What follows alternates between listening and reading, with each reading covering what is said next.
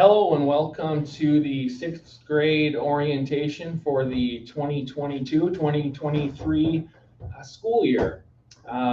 Thanks to everybody for being flexible this year, as our construction project has caused some building concerns, and we just wanted to be able to keep everybody out as long as possible for their safety. So the plan is we're going to walk through this slideshow today, and we'll do it as quickly and as painless as possible. And then my hope is that if any questions arise afterwards or anything comes up with you or your student, you can give me a call at any time. So let's work our way through this presentation, and then we'll get you on about your day. First things first here, we're looking at our core teachers in the middle school. We have a really stable, long-term middle school team here that's been together for a long time. Our science teacher is Mrs. Walliser. Our social studies is split up between two teachers. So Mr. Croniger will teach 6th grade and 8th grade social studies, while Mrs. Walliser will teach 7th grade social studies.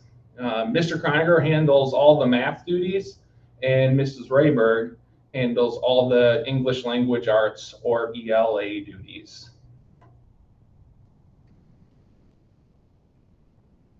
For your specialist teachers, our physical education teacher this year is brand new. That's Mr. Larson.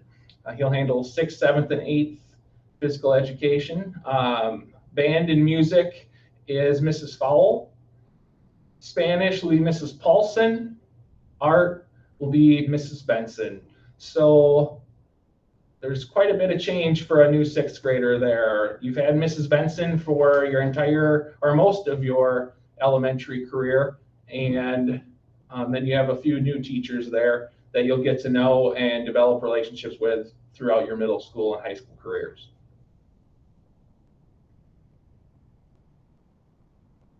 When we look at successful middle school students, these are kind of the tips we give and the keys to success. First is stay prepared. That means bringing your necessary materials every day for class: pencils, notebooks, textbooks, binders, backpacks in some cases. Staying organized. That we're talking about having a clean locker, keeping your desks clean or your table spots clean throughout your class periods. Just having what you need and keeping it in an orderly manner.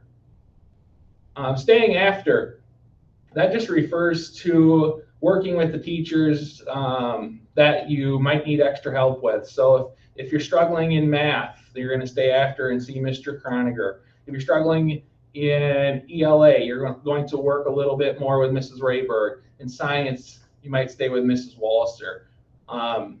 What we do is we provide time after school where students can stay and catch up on work. Maybe they missed some time, or maybe they just didn't understand a lesson that day, and that extra time would be helpful.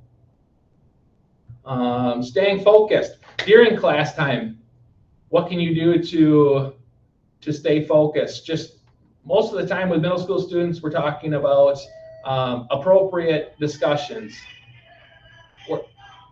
We're talking about working together with your classmates during group work. And last but not least, staying positive. Working on just having a good attitude at all times. We all do things during the day that might not be our favorite thing, but staying positive is the key to a successful middle school career. Moving into the next slide here, we're going to talk a little bit about attendance. Every student is allowed by the state to have 10 excused days where they miss school all or part of those days, adding up to the 10 days. One thing I've added in is just a little note about personal days. We've noticed over the last year and a half that we're getting more calls about students taking personal time off. I just wanted to highlight that students don't have personal days.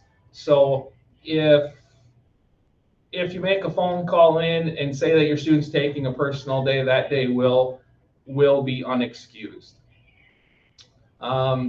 If your student is absent beyond 10 days, a medical excuse is required for every day past those 10 days. So once we get to day 11, we're going to be expecting a note from a medical facility. So just so we can keep track of the students and then mark their attendance appropriately.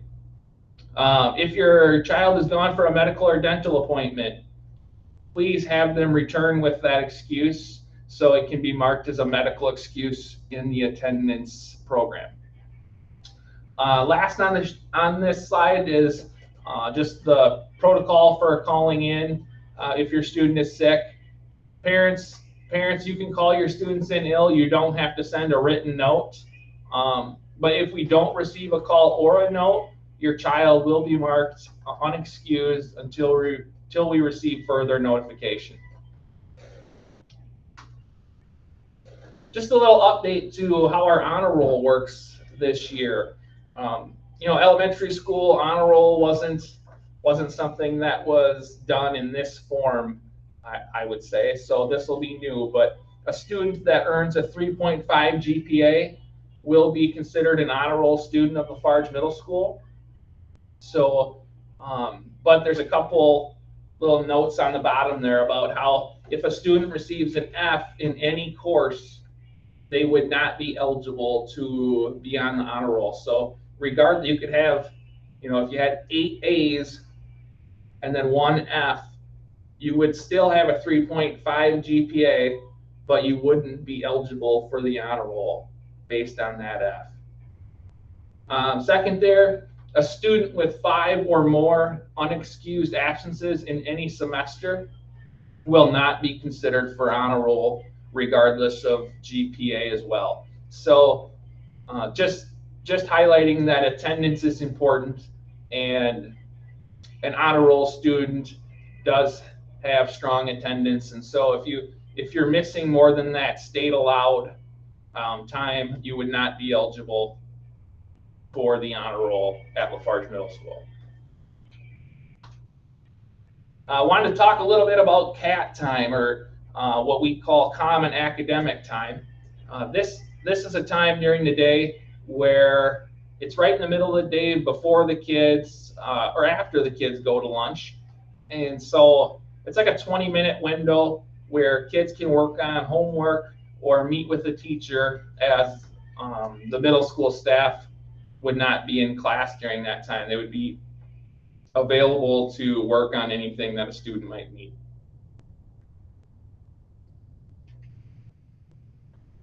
Grading change. Students in the middle school are graded on an A to F scale, and one of the things that our student information system allows is parents can look at any time to track student progress and student achievement. So if you would like to see how your child is doing, whether it be on assignments or on tests, you can check that at any point. And then if you have any questions about how to set that up, you can always talk to myself, Mr. Slack, and I can help get that set up, whether it be resetting a password or getting you initially going. So don't be afraid to give me a call at any time. It's a real quick and easy fix, and not an inconvenience at all.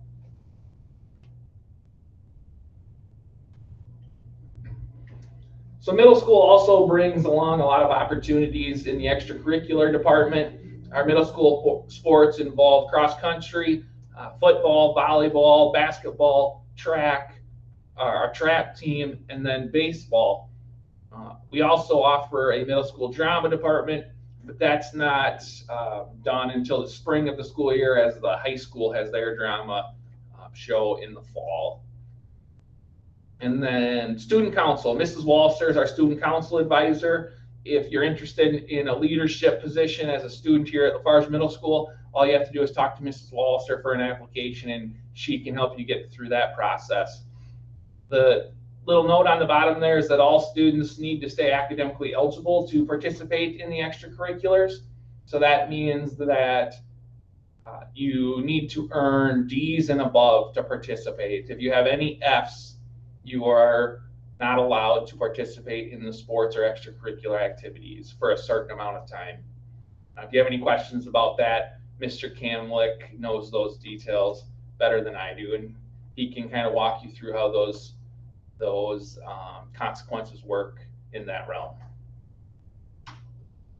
Lockers. So lockers are a new thing for our middle schoolers. And I know that over the years, it's been a source of stress for our kids, just going from having coat hooks and bag hooks in the elementary into having a locker at the middle school level.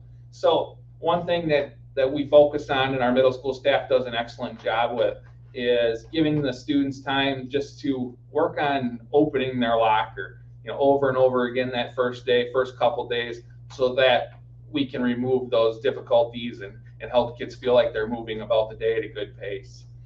Just another tip that I talked about earlier, but keeping your locker clean is a huge key to success. It's one of those things where you don't want to be the person who, when their locker opens, everything out of your bedroom falls out into the hallway.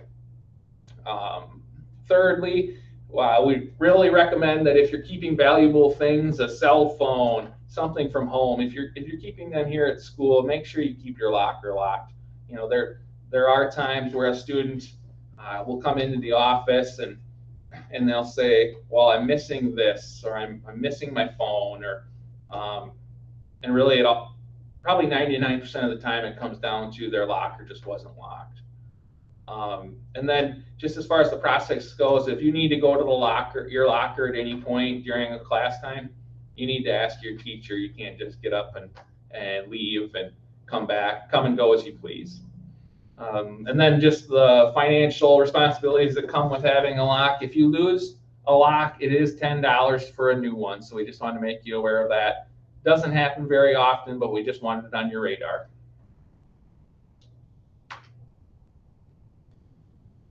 Starting to wrap up here for the presentation, but we've really amped up our communication abilities over the last year and a half. We do have Facebook that's updated with any vital information. We have our school webpage. We use Skylert to send email messages out to parents. And we do have our Farge Schools app. If all of those things aren't giving you what you need and you need to talk to somebody in person or at the school, our office is always open from 7 to 3:30. So give us a call, and we're always willing to help out, get you the information you need.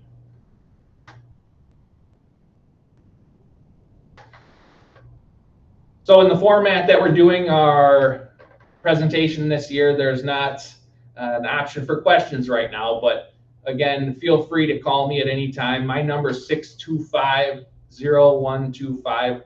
Our hope is that the 6th grade transition's as easy as possible. So please feel free to call me again, 625-0125, and I can answer any questions that you might have. If I don't know the answer, I know somebody that does. So we're all excited to get the kids back into the building.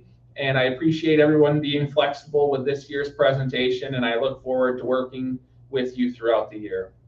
Have a good day.